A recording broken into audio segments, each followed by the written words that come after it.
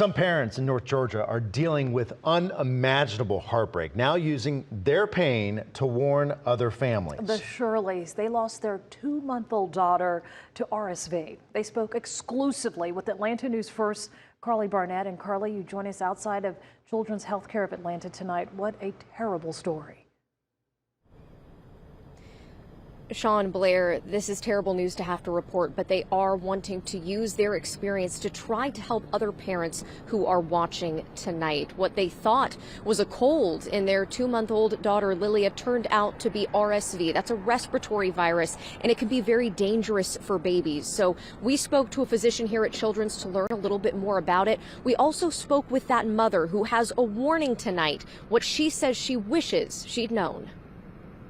It's still hard, especially at night when you're, expecting that cry. Taylor and Casey Shirley are coping with what no parent should have to face. She was just the love of our life. On January 2nd, 2024, their daughter Lilia passed away at only 2 months old. She had some sniffles, and we're like, okay, maybe it's just, common cold. And then Monday, she started getting a little cough, but it wasn't really bad until Monday night. They remember it was the next day, November 28th, she was rushed to Children's Healthcare of Atlanta. And they ended up putting her on a vent that same day. Diagnosed with respiratory syncytial virus, RSV. Several months ago, we had peak numbers, volumes of RSV infection here in Atlanta and in Georgia. Dr. Jim Fortenberry is Chief Medical Officer at Children's. Most infants and children who develop RSV infection are ill but do well at home with symptomatic treatment. It's really important to recognize, though, that RSV can become a very serious illness. He says to consult your pediatrician right away if your child has trouble breathing, is wheezing, or has difficulties taking in fluids. You still got a chance to make a difference, and that's what we're going to do. We're going to make a difference where families maybe don't have to go through the same thing we're going through. The Shirleys say they want to share advice for other parents and family members. Set boundaries and stay to those boundaries. If I could go back and say I would change something, it would be letting everybody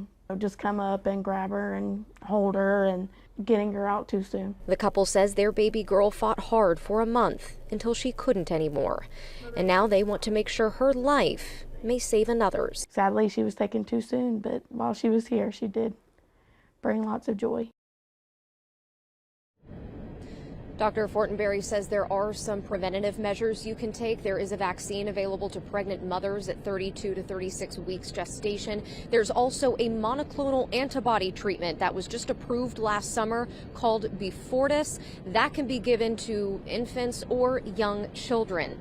Now, the good news here tonight at Children's, those RSV cases, they say are coming down, but what doctors say they're seeing now is an influx of young flu patients. They want to remind parents tonight that it is not too late in the season for your child to get a flu shot.